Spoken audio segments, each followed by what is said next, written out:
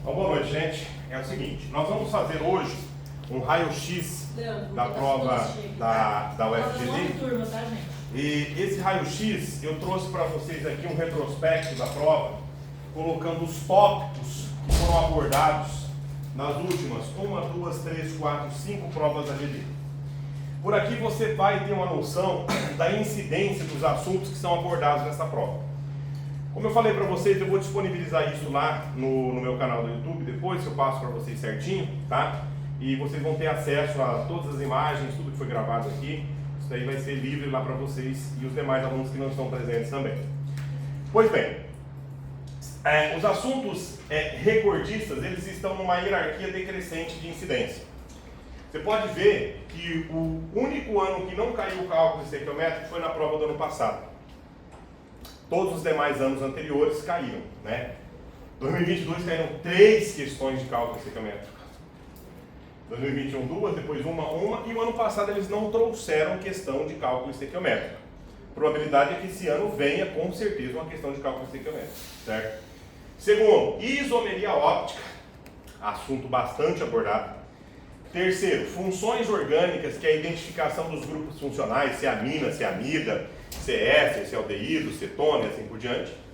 Depois, oxidação de álcool, olha que coincidência, 2 anos seguidos, 2 questões, 2022 e 2023, depois sumiu.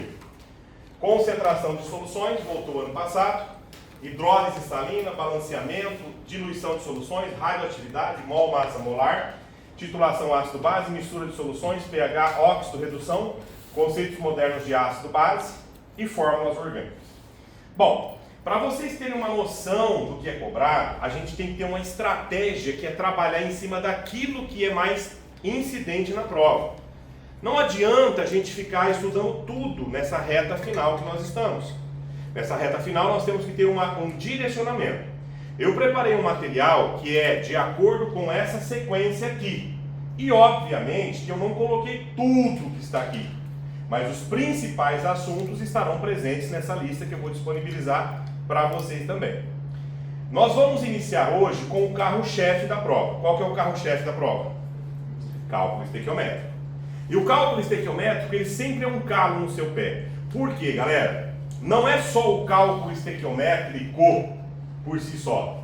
Quando você tem titulação ácido-base, você precisa do cálculo estequiométrico. Então é um assunto que, sem sombra de dúvidas, ele está no ranking 1 da nossa prioridade aqui, tá bom? E o que eu preciso saber para trabalhar corretamente com uma questão de cálculo estequiométrico? Essa parte que é o importante. A primeira coisa que eu tenho que lembrar é que quando você tem uma reação química, como por exemplo, eu vou colocar aqui para vocês a reação química de síntese da amônia. Dá uma olhada lá. Essa é a reação de síntese da amônia. Eu preciso lembrar aqui que isso é uma receita, igual uma receita de bolo que a gente faz em casa, igual uma receita de comida. A proporção entre esses camaradas aqui, elas resguardam uma constância. E é em cima dessa proporção que eu preciso estabelecer o meu raciocínio matemático. Presta atenção no seguinte, o cálculo estequiométrico, ele se torna difícil se você não cria uma rotina resolutiva. Quando você cria uma rotina resolutiva, você consegue criar um padrão para resolver a questão de cálculo estequiométrico. Mas para eu falar de começo de conversa, quando eu olho para uma receita como essa, qual é a minha prioridade? O que eu tenho que saber extrair dessa receita aqui? 3 grandezas são importantes aqui. Quais são essas 3 grandezas, gente? Primeira grandeza, a quantidade em mol de cada participante. A segunda grandeza, a quantidade em massa de cada participante. E a terceira grandeza, a quantidade em volume de cada participante. Pois bem, uma vez que eu tenho uma equação química devidamente balanceada, eu posso extrair esses dados da receita. O mol, ele é representado sempre, gente, pelo coeficiente estequiométrico que aparece aqui. O número que precede as substâncias, a gente chama de coeficiente estequiométrico. E esse número que precede a substância, ele indica para você, ele indica para nós a quantidade em mol de cada espécie. Então eu preciso que você saiba que, quando eu falar de mol desse cara aqui, ó, o número que eu vou pegar da receita é o número que precede a substância. Então eu vou dizer que eu tenho 1 mol de N2 reagindo com 3 mol de H2, obtendo 2 mol de NH3. Tudo bem? Então a quantidade em mol da receita, ela é indicada pelo coeficiente estequiométrico da substância. Segundo ponto, a massa do participante. Para você conseguir extrair dessa receita a massa do participante, o exercício terá que trazer essa informação aqui para você, ó. Nitrogênio, 14 unidades. Hidrogênio, 1 unidade. E em cima dessas grandezas que nós chamamos de massas atômicas, eu consigo encontrar a massa de cada participante. Presta atenção. O nitrogênio tem uma massa de quanto? 14, não é isso? Você não tem obrigação de saber de qual é isso, tudo bem? Quem vai fornecer isso para você é o exercício, ou ele te dá a tabela periódica. Então a massa do nitrogênio é 14. Se a massa do nitrogênio é 14 e eu tenho aqui N2, vai dar quanto a massa do N2? 28. Aí olha só tem um dele, correto? Então significa que eu tenho 28 gramas dessa substância. Aí dá uma olhada no H2. Cada H vale 1. 1 vezes 2 dá 2, só que eu não posso esquecer de multiplicar por 3. Repito. 1 vezes 2 dá 2, vezes 3, 6 gramas. E aqui no final, eu calculo do NH3. Se você não consegue fazer de cabeça, não tem problema não. Coloca lá, NH3, separa, o N vale quanto? 14, o H vale 1 vezes 3 dá 3, que vai dar quanto? 17. Tudo bem? Só que eu tenho quanto dele? Que vai dar então quanto?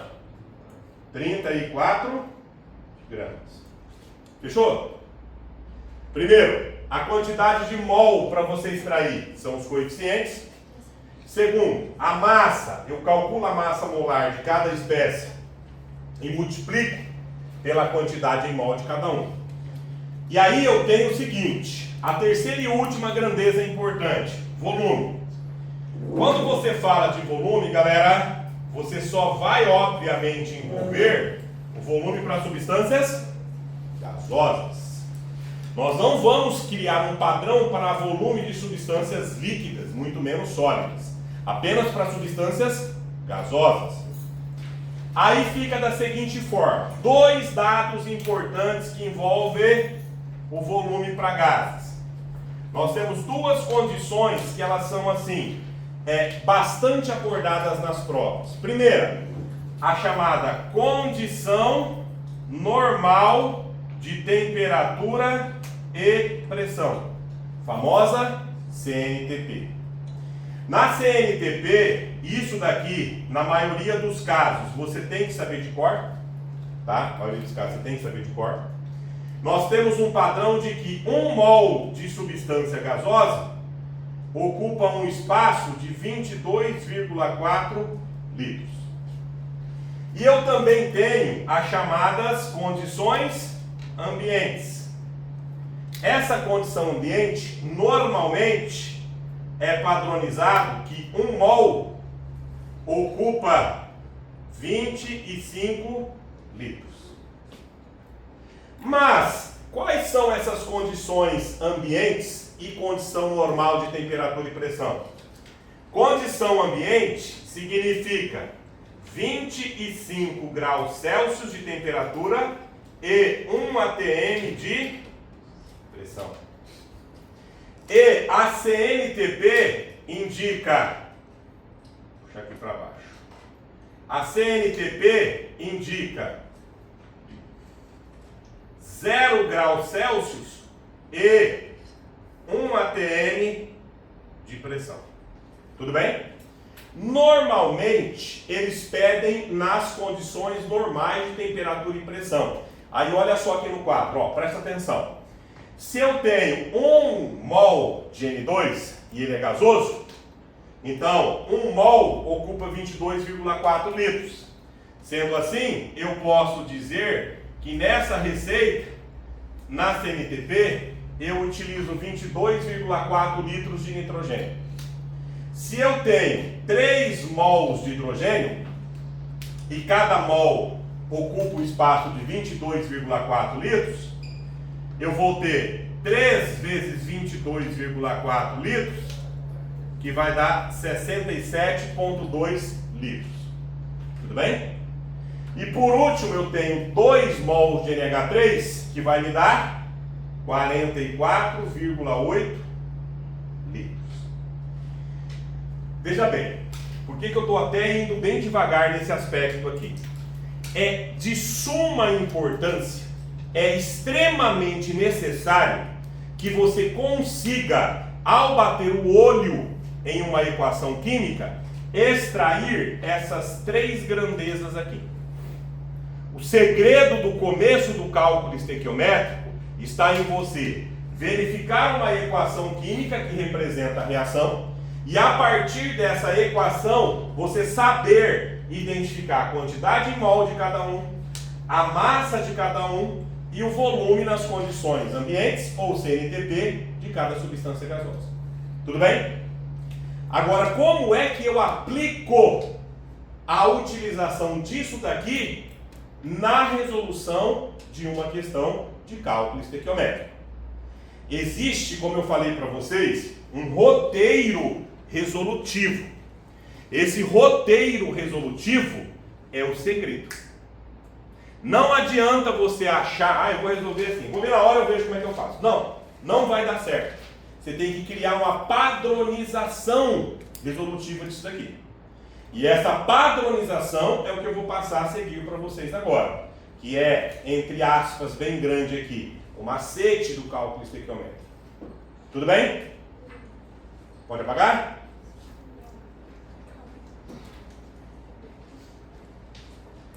Vou disponibilizar para vocês esse videozinho lá no YouTube, tá? Então, deixa eu já abrir aqui a lista de exercícios para vocês, para a gente ir seguindo essa lista aí.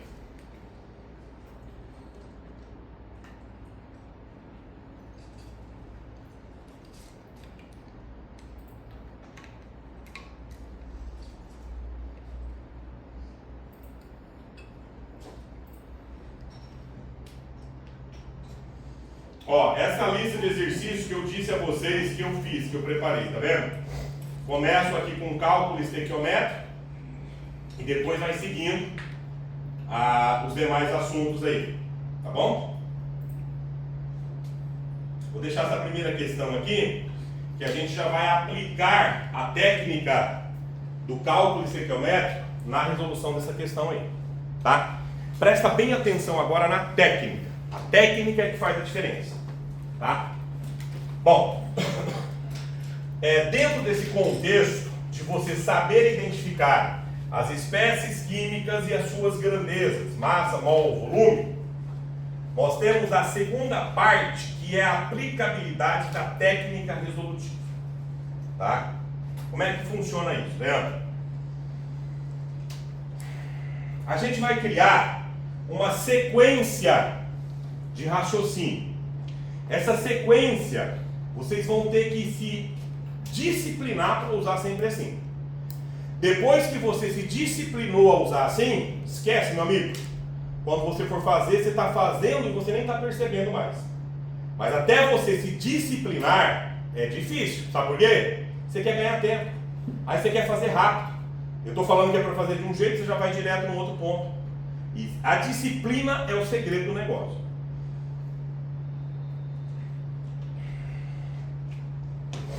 A primeira coisa que você vai fazer, dentro desse contexto do cálculo estequiométrico, é o seguinte. Primeiro passo. Obviamente que você tem que verificar se você tem uma equação química devidamente montada e balanceada. Isso é de praxe, nem vou colocar isso ali, tá, gente? Se eu não tiver uma equação química montada e balanceada, não tem nem como eu resolver a questão. Então nem vou colocar isso. Observando que eu tenho a equação química devidamente montada e balanceada, eu vou para esse primeiro passo aqui, ó. Primeiro passo. Identificar as substâncias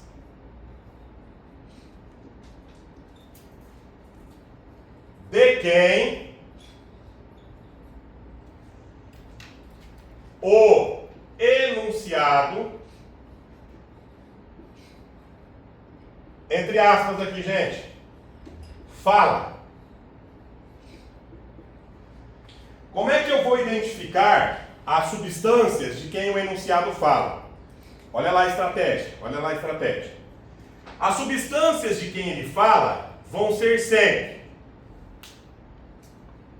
de quem pergunta algo ou de quem fornece um dado. Moçada, presta atenção. Você vai destacar as substâncias de quem ele fala. E quem ele fala, professor? É de quem ele pergunta alguma coisa e de quem ele fornece algum dado. Podem ser 2, 3 substâncias. Geralmente são 2 substâncias. Beleza.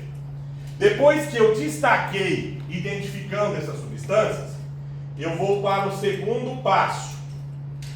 O segundo passo é você escrever a grandeza de cada substância.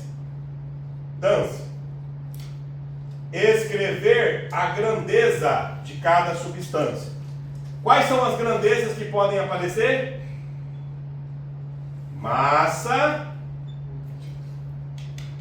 mol ou volume. Não é isso? Essas são as 3 grandezas que podem aparecer de cada substância. Então, destaquei as substâncias de quem ele fala, escrevi a grandeza de cada substância que ele falou, e aí eu vou para o terceiro passo aqui, ó. Terceiro passo. Muito importante esse terceiro passo, porque ele finaliza a parte inicial da montagem do cálculo. Olha só, eu vou extrair as grandezas da equação. Lembram que eu falei para vocês que a equação, na verdade, ela é a receita. Então, quando eu extraio as grandezas da equação, eu estou extraindo as grandezas da minha receita. E, por último, eu completo com os dados do enunciado da questão. Vamos para a primeira questão que está aqui, ó, projetada para vocês. Vou colocar aqui a nossa equação química. Presta atenção. A equação química é 2CO2 mais H2O, formando H2C2O4, H2C2O4, mais meio O2. Para de copiar e olha aqui no quadro. Ó, vamos aplicar a técnica que o professor falou aqui. Primeiro passo, a equação está montada, está balanceada, né? Quando não tem nada aqui, A gente sabe que tem um coeficiente 1, beleza? Não preciso conferir o balanceamento se já tiver número antes, tá? Ó, tem um 2 aqui, tem meio aqui, tá balanceado, morreu. Só confere se está balanceada quando não tem nada. Aí ele fala o seguinte no exercício, ó. Vários métodos têm sido empregados para a captura de CO2 na atmosfera, com o objetivo de diminuir os danos causados pelo efeito estufa. Na verdade, o correto é pela intensificação do efeito estufa, né? Como, por exemplo, a produção do ácido oxálico, o qual pode ser utilizado posteriormente para a obtenção de compostos de alto valor agregado. Uma das rotas possíveis é a de um processo eletroquímico cuja reação total é transferir a reação para cá. Agora vem a parte, comando da questão está aqui embaixo. Ele fala assim, considerando que o CO2 se comporta como um gás ideal na CNTP, a quantidade de CO2 nessas condições retirado da atmosfera para a produção de 900 gramas de ácido oxálico é, em litros aproximadamente, de... Lê com calma. Ó, a técnica. Eu vou tentar identificar de quem ele fala. De quem ele fala é de quem ele pergunta algo e de quem ele fornece um dado. Fala para o professor de quem que ele está perguntando alguma coisa ali. CO2. Consegue ver isso? Ele fala assim, ó, a quantidade de CO2 nessas condições. Então ele está perguntando desse camarada aqui, ó. Tá? Qual é a outra substância de quem ele fala? Ácido oxálico, não é isso? Pô, professor, eu não sei quem que é o ácido oxálico. Vamos lá? Sabe quem que é isso? Sabe quem que é isso? Então, sobrou ele. Tudo bem? Você não tem sempre que saber quem é o ácido oxálico, quem é o tal fulano beltrano. Você vai por exclusão se você não sabe. Então a outra substância que eu vou destacar é o ácido oxálico. Aí presta atenção aqui, ó. Por que eu estou destacando o ácido oxálico, gente? Ele forneceu o que do ácido oxálico? Um dado. Tudo bem? Escreve a grandeza para mim agora. Grandeza que ele menciona de cada um. Do CO2, qual é a grandeza que ele menciona? Massa, mol ou volume? Do CO2 é o mol que ele menciona? Lê para mim.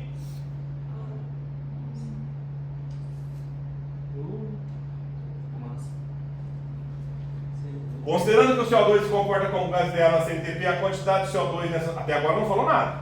Ele quer saber a quantidade de CO2, certo? Eu sei que é do CO2 que ele quer saber. Retirado da atmosfera para a produção de 900 gramas de ácido oxálico em... aqui tá. Litro é medida de quê? Massa, mol ou volume?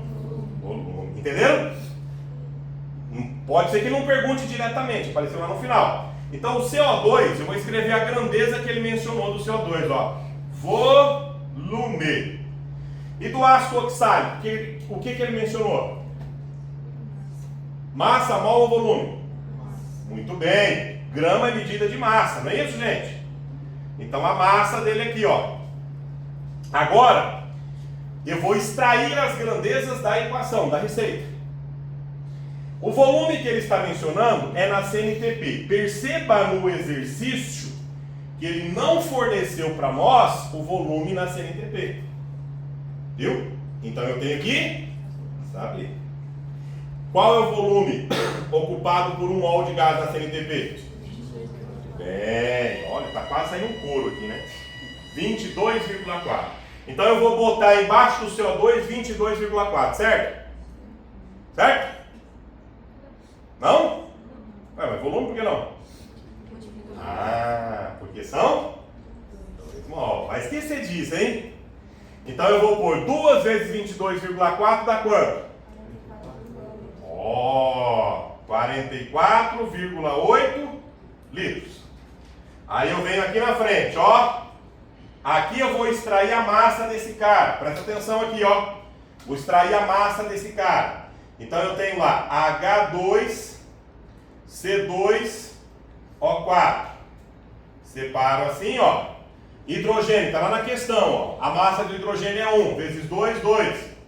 A massa do carbono é 12 vezes 2, 24. A massa do oxigênio é 16 vezes 4, 64. 2 com 24, 26. 26 com 64, 90. Fechou ou não? Sim. Eu tenho quanto dele aqui, professor? 1 apenas. Então vai ficar quanto ali? 90 gramas. A pergunta do exercício é a respeito do CO2 ou a respeito do ácido oxálico? Então o X vai embaixo de quem eu quero saber. E o dado 900 gramas e vai embaixo do ácido oxálico. Olha como fácil de você montar um cálculo estequiométrico. Mas você seguir o quê? Uma rotina. Aí você sai na questão. Se você tenta ler a questão e fica, o que eu faço? Você não vai. Por isso que tem que disciplinar em cima disso. Bom, eu posso cortar ou pensar assim, ó. Daqui para cá aumentou quantas vezes? 10 vezes. E daqui para cá eu vou aumentar quantas vezes? Não vamos ficar fazendo conta desnecessário, gente. Não vai pegar 90x, aí vai pegar 44,8 vezes 900, depois passar o 90 dividindo, né? A gente tem que ser astuto. Se aumentou 10 vezes aqui, aumenta 10 vezes lá. Consequentemente, vai ficar 448 litros. Olha que bonitinho. Tem que tomar cuidado, a gente não vai ver isso hoje, mas se a reação tiver rendimento, pureza, tá? Não é o caso. Isso foi um cálculo estequiométrico, essa questão é recente de vestibular, tá, gente? Ó. 448 litros o volume.